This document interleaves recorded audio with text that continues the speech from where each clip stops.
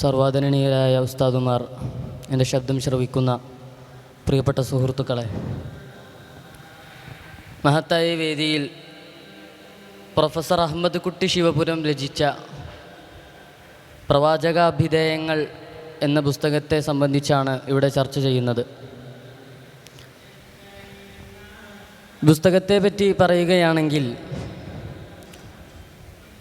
അഹമ്മദ് കുട്ടി ശിവപുരം ഇതിൽ ഉപയോഗിച്ചിട്ടുള്ള ഭാഷ വളരെ നല്ല രീതിയിലുള്ള സാഹിത്യം ഉൾക്കൊള്ളുന്ന രൂപത്തിലാണ്. അതായത് പ്രധാനമായും പുസ്തകത്തിൽ പറയുന്നത് നബി സല്ലല്ലാഹു അലൈഹി വസല്ലമ തങ്ങളുടെ നാമങ്ങളെ പറ്റിയാണ്.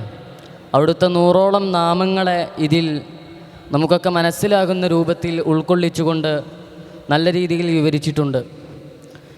ആദ്യമായി ഞാൻ കാണികളോട് അപേക്ഷിക്കുന്നത്, ഇവിടെ വ്യത്യസ്തമായ നാമങ്ങളെപ്പറ്റി പറയുമ്പോൾ സ്വലാത്ത് ചെല്ലാൻ ആരും മറന്നു പോകരുത്.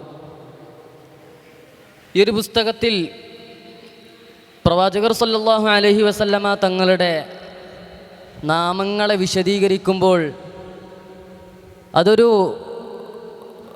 ലിപി രൂപത്തിലേക്ക് തൂലികയിൽ നിന്ന് വിരിയുമ്പോൾ ഏത് ഭാഷയിൽ അത് സമൂഹത്തിന് മനസ്സിലാക്കിയെടുക്കാൻ സാധിക്കുമെന്ന് വളരെ നല്ല രീതിയിൽ അഹമ്മദ് കുട്ടി ശിവപുരം പുസ്തകത്തിലൂടെ നമ്മെ പരിചയപ്പെടുത്തുന്നുണ്ട്. ഈ ഒരു പുസ്തകം ഒരു സാധാരണക്കാരനെ സംബന്ധിച്ച് വായിച്ചെടുക്കാൻ, ഒറ്റ വായനയിൽ ഇത് ഗ്രഹിച്ചെടുക്കാൻ അല്പൊരു ബുദ്ധിമുട്ടുണ്ടാകും. കാരണം റസൂൽ സല്ലല്ലാഹു അലൈഹി വസല്ലമ തങ്ങളുടെ നാമത്തിൻ്റെ വിശദീകരണമായതുകൊണ്ട് തന്നെ അവിടുത്തെ നാമത്തിൻ്റെ യഥാർത്ഥ അർത്ഥം ഇവിടെ ഉപയോഗിച്ചിട്ടുള്ളത് സാഹിത്യപരമായ രൂപത്തിലാണ്.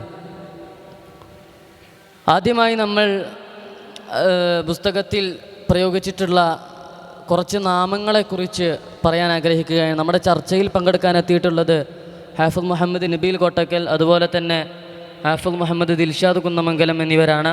ഇരുവരെയും ചർച്ചയിലേക്ക് ഹൃദ്യമായി സ്വാഗതം ചെയ്യുന്നു.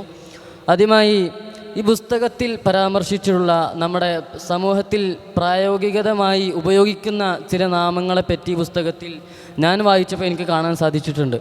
ആ നാമങ്ങളെപ്പറ്റി, അതിൽ ചില നാമങ്ങളെപ്പറ്റി അല്പം വിശദീകരിച്ചാൽ അൽഹംദുലില്ലാഹ്. അതെ, റസൂലുള്ളാഹി സ്വല്ലല്ലാഹു അലൈഹി വസല്ലമ തങ്ങളുടെ നാമങ്ങളെക്കുറിച്ച് പറയുമ്പോൾ പൊതുവെ പ്രഥമമായിട്ട് ഒരു മുഅ്മിനിൻ്റെ അല്ലെങ്കിൽ ഒരു മാനവരാശിയുടെ മനസാന്തരങ്ങളിലേക്ക് തെളിയുന്ന ഒരുപാട് നാമങ്ങളുണ്ട്. അതിൽപ്പെട്ട അല്പനാമങ്ങളെ കുറിച്ച് നമുക്ക് പറയാം. ഒന്നാമതായിട്ട് പറയുകയാണെങ്കിൽ മുസ്തഫ സല്ലല്ലാഹു അലൈഹി വസല്ലം, യാസീൻ. പ്രായോഗികതയിൽ വളരെയധികം ഉപയോഗിക്കുന്ന രണ്ട് നാമങ്ങളാണ് മുസ്തഫ, യാസീൻ. ഖുർആനിൽ തന്നെ ധാരാളം സൂറത്ത് യാസീൻ എന്ന പേരിലുള്ള അധ്യായം തന്നെ അള്ളാഹു വന്നിട്ടുണ്ട് അവതരിപ്പിച്ചിട്ടുണ്ട്. അപ്പോൾ മുസ്തഫ എന്നതിനടുത്ത് വിശകലനം പറയുമ്പോൾ ഏറ്റവും നല്ല ഒരു പ്രയോഗം അവിടെ പ്രയോഗിക്കുന്നുണ്ട്. അതായത് ഈ ബുക്കിൻ്റെ ആദ്യത്തിൽ തന്നെ സാറ് പറയുന്നുണ്ട്, റസൂലുള്ളാഹി സ്വല്ലല്ലാഹു അലൈഹി വസല്ലമ തങ്ങളുടെ നാമങ്ങളെക്കുറിച്ച് 100 ജന്മങ്ങൾ പറഞ്ഞാലും തീരാവുന്നതല്ല.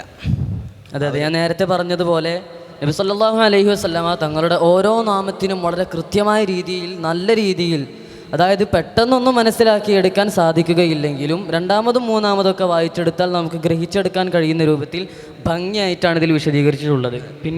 പിന്നെ മുസ്തഫ എന്ന നാമത്തിനൊരു പ്രയോഗം പറയുന്നു, ഇംഗ്ലീഷിലൊരു പ്രയോഗം, ചൂസൺ എന്ന് പറയുമ്പോൾ എന്താ അർത്ഥമാക്കുന്നത് വെച്ചാൽ തിരഞ്ഞെടുക്കുന്നയാൾ. മുജ്തബ എന്നതിനർത്ഥവും മലയാള അർത്ഥം അത് തന്നെയാണ്. പക്ഷേ മലയാളത്തിൽ അത് വിവരിക്കുമ്പോഴും അറബിയുടെ ഒരു പ്രയോഗം ഉണ്ടാവുമല്ലോ. അപ്പോൾ മുസ്തഫ എന്നതിന് ചൂസൺ അഥവാ തിരഞ്ഞെടുക്കപ്പെടുന്നയാൾ, തിരഞ്ഞെടുത്തയാൾ എന്നൊക്കെയാണ്. പിന്നെ അതുപോലെ തന്നെയാണ് യാസീൻ, മറ്റൊരു നാമം പറഞ്ഞല്ലോ യാസീൻ, സൂറത്തു യാസീൻ. അപ്പോൾ യാസീൻ സ്വല്ലല്ലാഹു അലൈഹി വസല്ലം എന്ന് പറയുമ്പോൾ നമ്മൾ പൊതുവെ ഈ മോഡേൺ കാലഘട്ടത്തിൽ ഒരു പ്രയോഗമുണ്ട്, ദി പെർഫെക്റ്റ് മാൻ. അതേ വരി ആ ബുക്കിൽ പ്രയോഗിച്ചിട്ടുണ്ട്. അതെ. അപ്പോൾ പിന്നെ ഒരു കാര്യം എനിക്ക് മനസ്സിലായത്, ഈ പുസ്തകം കൂടുതൽ കൂടുതൽ ആശയങ്ങൾ നല്ല കൂടുതൽ ഗവേഷണം നടത്തിക്കൊണ്ടുള്ള രചന നടത്തിയിട്ടുണ്ട് അതിൽ. അത് ഞാൻ വായിച്ച സമയത്ത് എനിക്ക് നന്നായി മനസ്സിലായ ഒന്നാണ്. ഈ പുസ്തകം ധാരാളം ഗവേഷണം നടത്തിയിട്ടാണ് അഹമ്മദ് കുട്ടി സാർ ഈ പുസ്തകം രചിക്കാൻ ഇടയായത്. കാരണം അത്രത്തോളം നല്ല രീതിയിൽ ഗവേഷണം നടത്താതെ ഒരിക്കലും ഇത്തരം ഒരു ഭംഗിയായ ഭാഷയിൽ പുസ്തകം രചിക്കാൻ സാധ്യമല്ല. എത്രത്തോളം എന്നറിയോ, മറ്റേ ഞാനൊരു വട്ടം ഒരു തെറാസി എന്നൊരു തെറാസി സല്ലല്ലാഹു അലൈഹി വസല്ലം ഒരു നാമാണ് ആദ്യമായിട്ടായിരിക്കും കേൾക്കുന്ന ഉണ്ടാവുക. ഇത് എത്രയോ ഉപകാരപ്പെട്ടിരിക്കുന്നു. കാരണം ഇക്കാലഘട്ടത്തിൽ ആ നാമങ്ങളൊന്നും നാം ഉപയോഗിച്ചിട്ട് പോലും ഉണ്ടാകില്ല. അതുകൊണ്ട് തന്നെ അവിടെ പറയുന്നുണ്ട് ഹാൻഷുറിൻ്റെ ഡിക്ഷണറി എന്നൊക്കെ. ഹാൻഷുറിൻ്റെ ഡിക്ഷണറി എന്ന് പറയുമ്പോൾ പ്രസിദ്ധമായ ഡിക്ഷണറിയാണ്. മോഡേൺ അറബി എന്താ പറയുക, വളരെ ഹൃദ്യമായ രൂപത്തിൽ കൊണ്ടുവരുന്നൊരു ഡിക്ഷണറിയാണ്. ഡിക്ഷണറിയുടെ വിഷയം പറയുമ്പോൾ ഞാൻ വായിച്ച സമയത്ത് എഡ്വാർഡ് വില്യംസ് ലെയിംസിൻ്റെ നിഘണ്ടുവിൽ നിന്നും ചില വരികൾ ഇതിൽ ഉപയോഗിച്ചിട്ടുണ്ട്. ത്വാഹ എന്ന നാമം പറയുമ്പോഴുണ്ട് സല്ലല്ലാഹു അലൈഹി വസല്ലം. പിന്നെ പറയുകയാണെങ്കിൽ എന്താ പറയുക, ഔല നബി സല്ലല്ലാഹു അലൈഹി വസല്ലം. ആ നാമം നമുക്ക് ഔല എന്ന നാമത്തിലേക്ക് നമുക്ക് കടക്കാം. അതിൻ്റെ മുമ്പ് നമ്മുടെ ചർച്ചയിൽ എത്തിച്ചേർന്ന ദിൽഷാദ് കുന്നമംഗലം വേറെ പ്രധാനമായും പുസ്തകത്തിൽ ഒരുപാട് നാമങ്ങൾ പരാമർശിക്കുന്നുണ്ട്. പ്രധാനപ്പെട്ട ഖുർആനിൽ ഒരുപാട് നാമങ്ങൾ പരാമർശിച്ചിട്ടുണ്ട്. അതുപോലെ സമൂഹത്തിൽ നമ്മൾ പ്രസംഗിക്കുമ്പോഴായാലും വാള് പറയുകയാണെങ്കിലും ക്ലാസ് എടുക്കുകയാണെങ്കിലൊക്കെ ധാരാളം നാമങ്ങൾ മുഹമ്മദ് മുസ്തഫ സല്ലല്ലാഹു അലൈഹി വസല്ലം തങ്ങൾ നമ്മൾ ഉപയോഗിക്കാറുണ്ട്. അതിൽ ഇപ്പോൾ എല്ലാവർക്കും പരിചയപ്പെട്ട ഏതെങ്കിലും ഒരു നാമത്തെ പറ്റി ഒന്ന് വിശദീകരണം നടത്താമോ? അതെ, തീർച്ചയായും. കാരണം തങ്ങൾ ആദ്യം പറഞ്ഞതുപോലെ രചയിതാവ് ഈ ബുക്കിനെ അത് രചിച്ചത് അത്രക്കും അതിലേക്ക് ആഴങ്ങളിലേക്ക് ഇറങ്ങിക്കൊണ്ടാണ് രചയിതാവ് ഇത് രചിച്ചത്. സൂറത്ത് മുസമ്മിൽ ഖുർആനിലെ 73-ാമത്തെ അധ്യായത്തിൻ്റെ തുടക്കം തന്നെ അള്ളാഹു സുബ്ഹാനഹു വ തആല നബിയെ ആ പേര് വിളിച്ചുകൊണ്ടാണ്. അതിൻ്റെ ഈ രചയിതാവ് ഇതിനെ ഉൾക്കൊള്ളിക്കുന്നതൊക്കെ ഓരോ കാര്യങ്ങളുമായി ബന്ധിപ്പിച്ചുകൊണ്ടാണ്. സഹീഹുൽ ബുഖാരിയെ അതിനെ വിശകലനം ചെയ്തുകൊണ്ടാണ് ഈ രചനയിൽ എന്ത് ചെയ്തത്, ഈ വിഷയം പറഞ്ഞത്.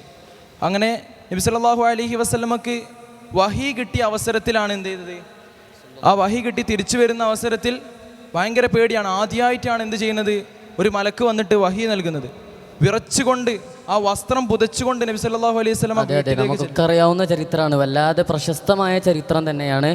ആദ്യമായി വഹി ലഭിച്ച സമയത്ത് വല്ലാതെ ഭയക്കുകയും വീട്ടിലേക്ക് ഓടിച്ചെന്നുകൊണ്ട്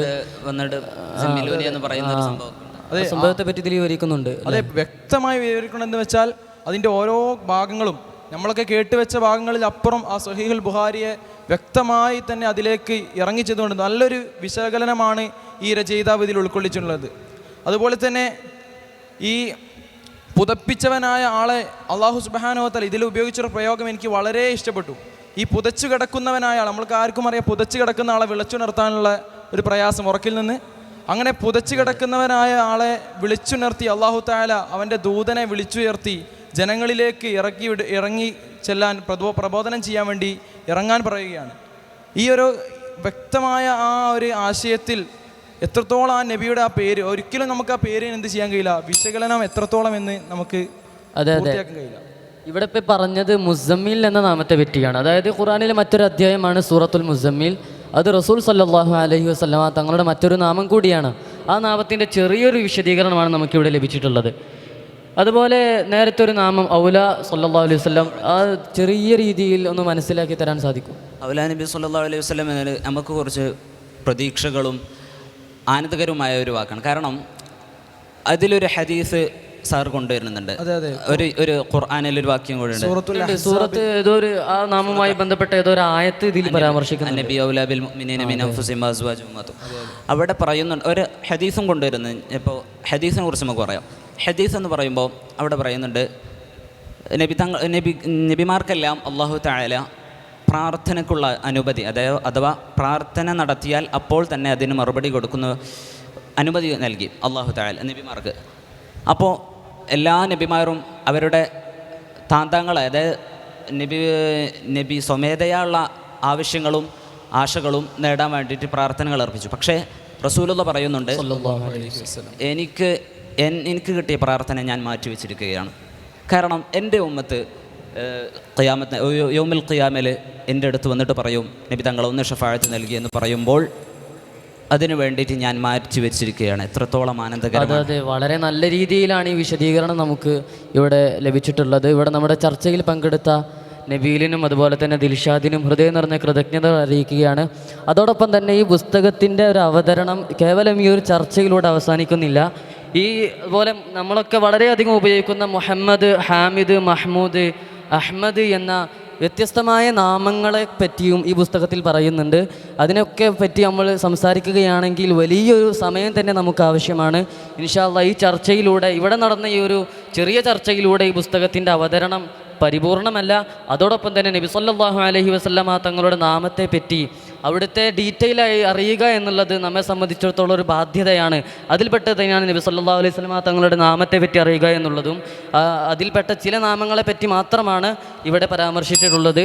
പുസ്തകം വളരെ നല്ല രീതിയിൽ രചിച്ചിട്ടുണ്ട്. ഈ ഒരു ചർച്ച ഇവിടെ അവസാനിപ്പിക്കുകയാണ്. അല്ലാഹു സുബ്ഹാനഹു വ തആല അവിടുത്തെ നാമങ്ങളുടെ ബറക്കത്ത് കൊണ്ട് നമ്മെ ആഖിറത്തിൽ, അവിടുത്തെ സ്വർഗത്തിൽ അവിടത്തോട് ഒരുമിച്ച് കൂട്ടുമാറാകട്ടെ എന്ന പ്രാർത്ഥനയോടെ അവസാനിപ്പിക്കുന്നു. ആഖിറു ദഅവാനാ അൽഹംദുലില്ലാഹി റബ്ബിൽ ആലമീൻ. അസ്സലാമു അലൈക്കും.